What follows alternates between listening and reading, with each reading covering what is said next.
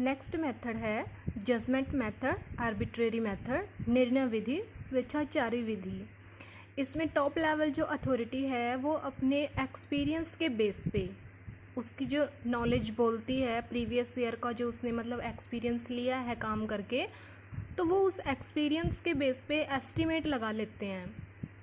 वो हर एक तरीके का जो इन्वायरमेंट है, इंटरनल इन्वायरमेंट है, एक्सटर्नल इन्वायरमेंट है, जिस टाइप से सिचुएशन उसे दिख रही है, हमारे पास फाइनेंस की अवेलेबिलिटी कितनी है, कंपटीशन का लेवल कैसा है, हमारे प्रोडक्ट की सिचुएशन कैसी है, या फिर मीडिया की कॉस्ट कितनी आ सकती है, हमारे कस्टमर का नेचर कैसा है, ये सारी के सारे फैक्टर को ध्यान में रख के वो अपने एक्सपीरियंस के बेस पे एक बजट जो अमाउंट है डिसाइड कर देगा।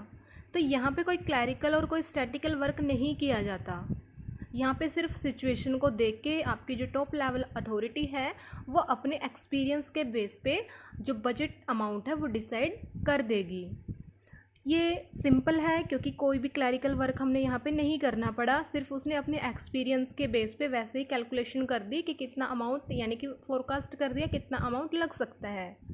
दूसरा इम्पोर्टेंट इसमें क्या चीज़ रही कि सारे फैक्टर को हमने फोकस किया। हमने सिर्फ एक चीज़ के ऊपर फोकस नहीं किया कि सिर्फ कॉम्पिटिटर को देख लिया, या सिर्फ सेल को देख लिया, या सिर्फ अपने प्रोडक्ट की सिचुएशन को देख लिया, या सिर्फ फाइनेंस की अवेलेबिलिटी को देखा। हमने सारे ही फैक्टर को ध्यान में रख के उसके बाद अपना अमाउंट है, बजट है, वो डिसाइड किया है। तो किसी भी फैक्टर को इग्नोर यहाँ पे नहीं किया गया। डीमेरिट्स हैं स्वेच्छाचारी विधि, सब्जेक्टिव मेथड। इसमें है कि एक्सपीरियंस के ऊपर बेस्ड है, एक्सपीरियंस उसका जैसा होगा तो वो वैसा ही एस्टिमेट लगाएगा।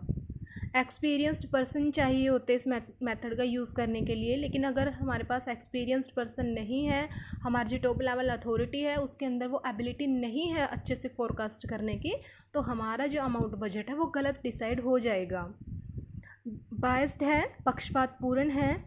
अब उसके एक्सपीरियंस के ऊपर तो बेस है ही, तो वो जो डिसाइड करता है बजट अमाउंट वही हमने मानना पड़ता है। तो वो अपनी मर्जी से, जैसे मैंने आपको बताया था कि उसका इनडायरेक्ट कोई प्रॉफिट हो सकता है, वो उस इनडायरेक्ट प्रॉफिट का फ़ायदा लेने के लिए अमाउंट बजट है ज़रूरत से ज़्यादा या ज़रूरत से कम डिसाइड कर सकता है। उसके बाद नेक्स्ट मेथड है increase over last year budget, पिछले वर्ष के विज्ञापन बजट में बढ़ोतरी।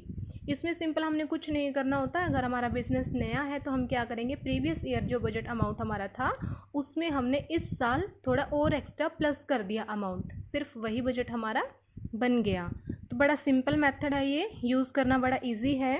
बट इसके कुछ डीमेरिट्स हैं। बदलते विपणन वातावरण की अवहेलना, ignores changes in marketing environment. हमने कुछ नहीं देखा कि क्या चेंजेस सिचुएशन में हुए हैं, हमने सिर्फ सिंपल सा काम किया कि प्रीवियस ईयर का जो बजट था उसमें कुछ अमाउंट प्लस कर दिया। हमने नहीं देखा कि प्रीवियस ईयर हमारी सिचुएशन कैसी थी और इस ईयर सिचुएशन कैसी। ऐसा भी हो सकता है कि प्रीवियस हमारा जो बजट है वो ज़्यादा डिसाइड ऑलरेडी था हमारा, बट हमने अब उसमें और भी ऐड कर दिया, लेकिन सिचुएशन हमारी ऐसी थी कि ऐड करने की कोई ज़रूरत नहीं थी। जो अमाउंट हमारा प्रीवियस ईयर था वही हमारे लिए अब भी सफिशिएंट था, लेकिन हमने ऐसा तो कुछ देखा ही नहीं कि क्या चेंजेस करना ज़रूरी है, क्या चेंजेस सिचुएशन में हुए हैं, मार्केट में क्या चेंज हुआ है, वो हमने कुछ भी नहीं देखा। हमने सिर्फ ऐड कर दिया अपना प्रीवियस ईयर में जो बजट था उसमें कुछ अमाउंट। तो डीमेरिट्स ये है इसकी। नेक्स्ट है repetition of last year mistake, पिछले वर्ष के विज्ञापन बजट की त्रुटियों की पुनरावृत्ति। अब ये भी हो सकता है कि प्रीवियस ईयर जो हमारा बजट था वही गलत हमारा डिसाइड हो गया था, लेकिन फिर भी हमने क्या किया, इस मेथड का हम यूज़ कर रहे हैं increase over last year budget. तो प्रीवियस ईयर जो बजट था वही वाला बजट अब भी हमने मान के प्लस उसमें कर दिया, नया बजट अपना बना दिया। तो प्रीवियस हमारी जो मिस्टेक हुई थी बजट बनाने में, वो मिस्टेक हमारी इस साल भी हमारे बजट में आ गई। Not possible for new product in case of new company, नए उत्पाद व नई कंपनी की दशा में संभव नहीं।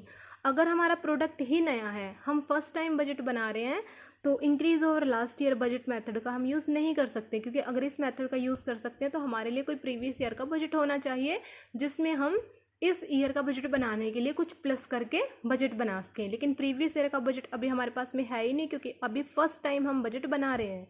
तो फर्स्ट टाइम जब कोई बजट बनाएगा तो इस मेथड का यूज़ नहीं किया जा सकता।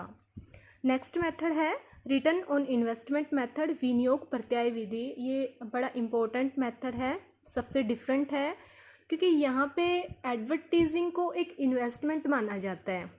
हम यहाँ पे एडवर्टाइजिंग को कोई खर्चा नहीं मानते हैं, एक लॉन्ग टर्म का इन्वेस्टमेंट मानते हैं। इन्वेस्टमेंट का मतलब होता है कि क्विक हमें कोई रिस्पॉन्स नहीं मिलता, यानी कि तुरंत उसका फ़ायदा हमें नहीं मिलेगा। एक लॉन्ग टर्म के बाद हमारा एडवर्टाइजिंग इन्वेस्टमेंट हमें प्रॉफिट प्रोवाइड करवाएगा।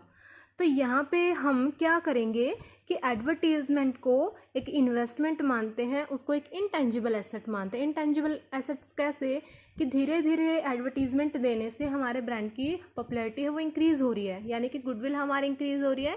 और गुडविल क्या होती है? Intangible asset. इंटेंजिबल एसेट्स कैसे? क्योंकि प्रॉफिट तो हमें प्रोवाइड हो रहा है बट हमें वो चीज़ दिख नहीं रही है।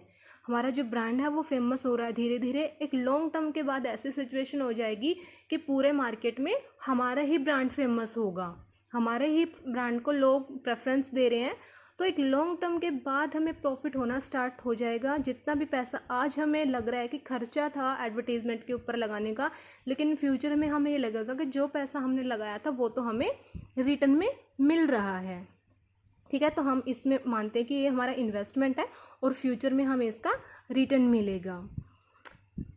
उसके बाद है क्वांटिटेटिव मेथड, स्टैटिकल मेथड। इसमें हम क्या करते हैं कि कोई भी एस्टिमेशन नहीं लगाते हैं। हम यहाँ पे कोई भी एस्टिमेशन नहीं लगाते हैं, किसी भी चीज़ को बेस नहीं बनाते हैं। हम क्या करेंगे, साइंटिफिक जो हमारे मेथड्स हैं, स्टैटिकल जो मेथड है, उन मेथड का यूज़ करते हैं बजट बनाने के लिए। हम ये देखो यहाँ पे टेक्निक दी हुई है, मल्टीपल रिग्रेशन, प्रोबेबिलिटी टेक्निक का आप यूज़ कर सकते हो, सिमुलेशन का आप यूज़ कर सकते हो। मल्टीपल रिग्रेशन जैसे आपको ये मल्टीपल रिग्रेशन आपको ये बताएगा कि आपका जो एडवर्टाइजिंग बजट है और बाकी के उसके ऊपर जो फैक्टर अफेक्ट करने वाले हैं उसके ऊपर क्या अफेक्ट डालते हैं।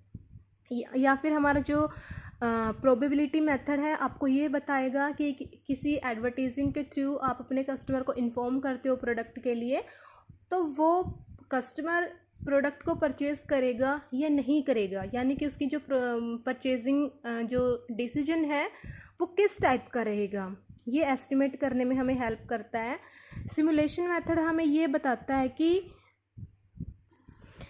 कि एडवर्टाइजिंग जो बजट हम बना रहे हैं और जो एडवर्टाइजिंग एक्टिविटी है उनके बीच में क्या रिलेशन है। जो हमारा मल्टीपल रिग्रेशन था उसने तो बताया कि जो सारे के सारे फैक्टर हैं वो कैसे हमारे एडवर्टाइजिंग को अफेक्ट करेंगे। प्रोबेबिलिटी ने आपको बता दिया कि जो आप एडवर्टाइजिंग के थ्रू ऐड दे रहे हो, कस्टमर को इन्फॉर्म कर रहे हो, तो उससे उसकी जो परचेजिंग कैपेसिटी है घटेगी या बढ़ेगी। सिमुलेशन ने आपका ये बताया कि आपका जो एडवर्टाइजिंग बजट है और जो एडवर्टाइजिंग एक्टिविटी करी जाएंगी उनके बीच में रिलेशन कैसा है। तो ये सारी चीज़ें आप एक साइंटिफिक जो है तरीके से निकालते हो, आपका बजट बन जाएगा। आपने यहाँ पे किसी भी तरीके का एस्टिमेशन नहीं लगाना, लेकिन इस मेथड का यूज़ करना थोड़ा टेक्निकली, क्योंकि ये चीज़ें सारी होती हैं। तो साइंटिफिक अगर आप इन मेथड का यूज़ करना चाहते हो तो आपके लिए एक्सपर्ट्स की ज़रूरत पड़ेगी।